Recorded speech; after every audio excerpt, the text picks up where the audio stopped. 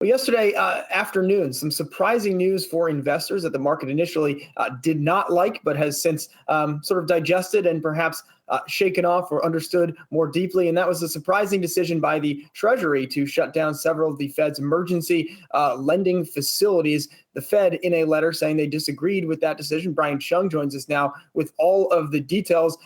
Brian, you are on the Fed beat, so I would just start by saying, were you surprised to see this exchange between the two organizations? And as you've had some time to think about it, how is it best understood by investors just exactly what is happening and why?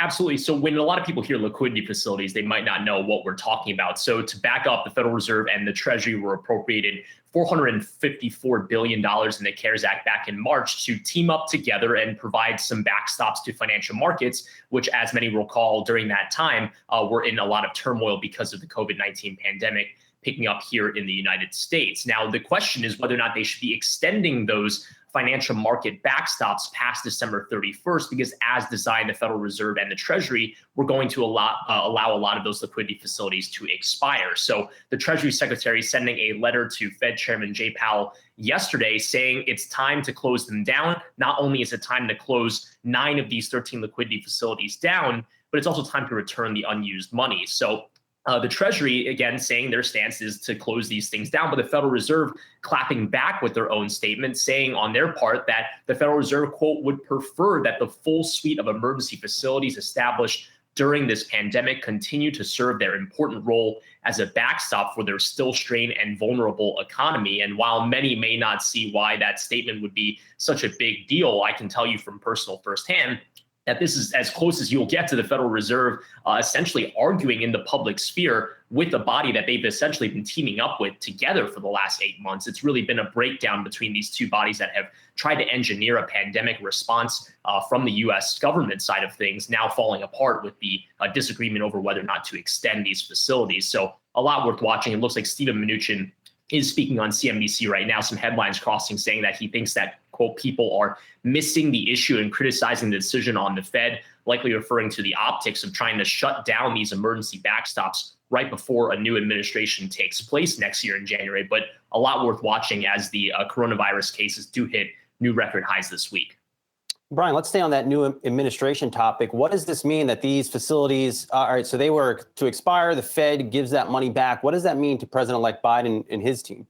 Yeah, so let's back up. I mean, there are a number of liquidity facilities. They are each designed to target different things. We had that full screen that we showed you of the different types of facilities that exist. So the Treasury is telling the Federal Reserve to close down specifically those that target the corporate bond markets, what they call the primary, secondary market corporate credit facilities, in addition to that landmark program that's gotten a lot of attention, the Main Street Lending Program, which is targeting small to medium-sized businesses, in addition to help to state and local governments through the Municipal Liquidity Facility. Now, as we know, it's those small businesses, in addition to state and local governments, that have been hurt the most. So these are the types of businesses and entities that the Biden administration will really need to help once they do come into office in January. Obviously, all that chatter about a fiscal package leaning heavily on whether or not the Senate can flip blue based on the results of those Georgia runoff elections, which we won't know until early January. But it does seem like the Biden administration will have its work cut out for them, especially if those Fed backstops are not available after December 31st.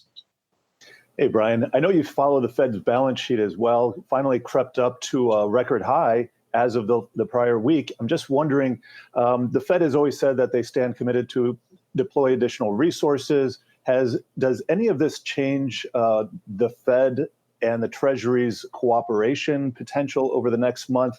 How do you see this playing out? And is it just really an optics hiccup that'll be forgotten about in an hour or so?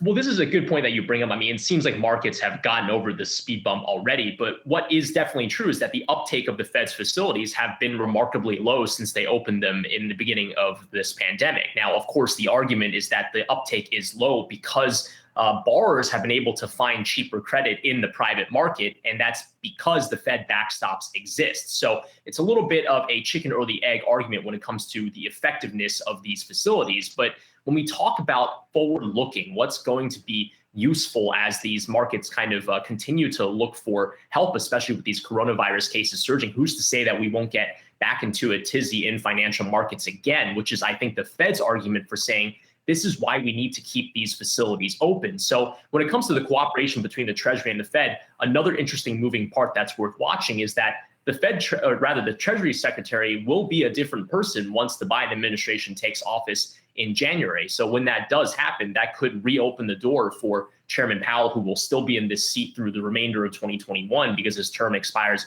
in 2022. So that avenue could be open. But again, the question is not what's going to happen in January. The question is, can we make it to January without any sort of issues in the financial markets in the meantime?